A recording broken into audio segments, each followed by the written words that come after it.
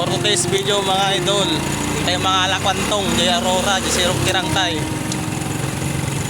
Good morning mga idol, panibagong araw, panibagong vlog na naman tayo. Tara samahan nyo kami mga idol, kuha po kami ng kwantong sa ilog. Sama ko nga po pala mga idol si Bigman na Sinsan TJ. Si Bigman nga po pala ang pinagmanayo ko mga idol para makabideo po ko. Gamit ko nga po pala dyan ang pangmalakasang SYM natin mga idol. Nandito na nga po pala tayo mga idol sa Kuling West. Shoutout po sa mga kabaranggayan ko dyan mga idol. Pakipalo nyo po, Chok Vlog po, maraming salamat po. Siguradong marami tayong makukuha mga idol kasi tagulan na po ngayon. Nakakamiss nga yung ganito mga idol. Dati madalas tayong pumunta sa ilog, ngayon madalang na lang po. Ngayon kasi sobrang busy na ang tao kaya bihira nang makalabas mga idol. Sa sobrang tagal nang hindi nakapunta sa ilog mga idol, sobrang laki ng pinagbago ng daan. So yun mga idol, nandito na po kami sa Tulay pa Aurora. Sana mga idol marami tayong mahanap na kwantong, sobrang nakakamiss kasing ulamin. Sa mga hindi po pala nakakaalam kung ano yung kwantong mga idol, makikita nyo po mamaya yung itsura niya. At habang nagpapatakbo po kami ng motor dyan mga idol, at tinitignan na po namin sa gilid-gilid kung meron pong kwantong. Kwantong nga po pala ang tawag naming mga Ilocano dyan mga idol. Isa nga po pala ito sa pinakapaborito kong ulam mga idol. Dyan nga po ay nakahanap na po kami ni Bigman mga idol. Sobrang dami po ng kwantong. Yan nga po yung lalagyan ko mga idol. Kaso butas, buti na lang may dalang sako si Bigman. Sobrang saya po namin dyan mga idol kasi natsambahan po namin. Ang dami po, sobrang kapal. Dalawa na nga lang po kami dyan ni Bigman mga idol kasi muwi na po Sinsan TJ kasi may gagawin na po siya mga idol. Sa mga gustong kumuha mga idol, kuha na po kayo rito. Sobrang napakarami po. Paki-comment nyo nga po mga idol kung ano pong ibang tawag nyo rito. Nagmamadali nga po kaming kumuha ni Bigman dyan mga idol kasi mainit na po. Sobrang sarap nga po pala hihalo sa sardinas to mga idol. Pwede rin pong hihalo sa balatong mga idol at pwede rin pong saladin, lagyan ng kamatis. Masarap po na ulamin to mga idol pero papahirapin ka muna kasi tatanggalan mo muna ng tinik. Naparami na po pala kami ng kuha dyan ni Bigman mga